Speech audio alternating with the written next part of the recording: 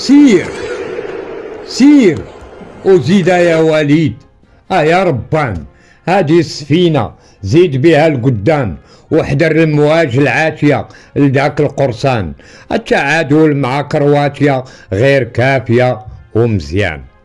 جموع البحارة تغوص في الميدان وتحرك تحريكة، ياك تبوريضة الأحرار، ياك ضربنا بلجيكا اللي تعد من أساطين الكبار. وهذه هي الكرة، ياك زياش قطع القرياج وضيقها في الزورة، الصابر يضربها مع الدورة، اضربها محدورة.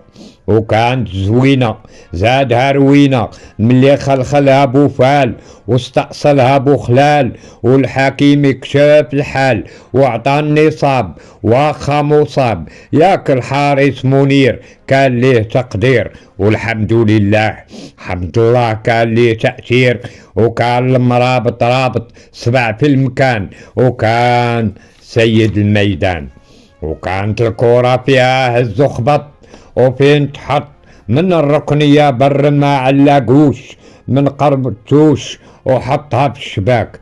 كيف راك بعدها بوخلال كمل مشاط بدل ليها القماط القزمة خد الصباط.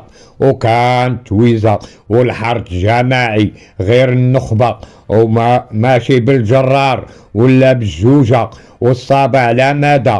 ضربوا لينا كندا تكمل الحصادة، ونزردوا ونزيدوا الحلوى مع مناضة في أكبر أعراضة. وتمضي السفينة تمخر الميادين تحمل الأسود على العادة، ياك في الغزوة هذا المنشود. نضرب على المادة نقلب الصورة، هذه حرب الكورة وماشي خسارة. ضربنا النصارى بالكورة المغربية، رفعنا الراية الكورة قراية والأسود ليهم دراية. وهذا التقديم عبر المادة، ها بلجيكا وكرواتيا مع كندا.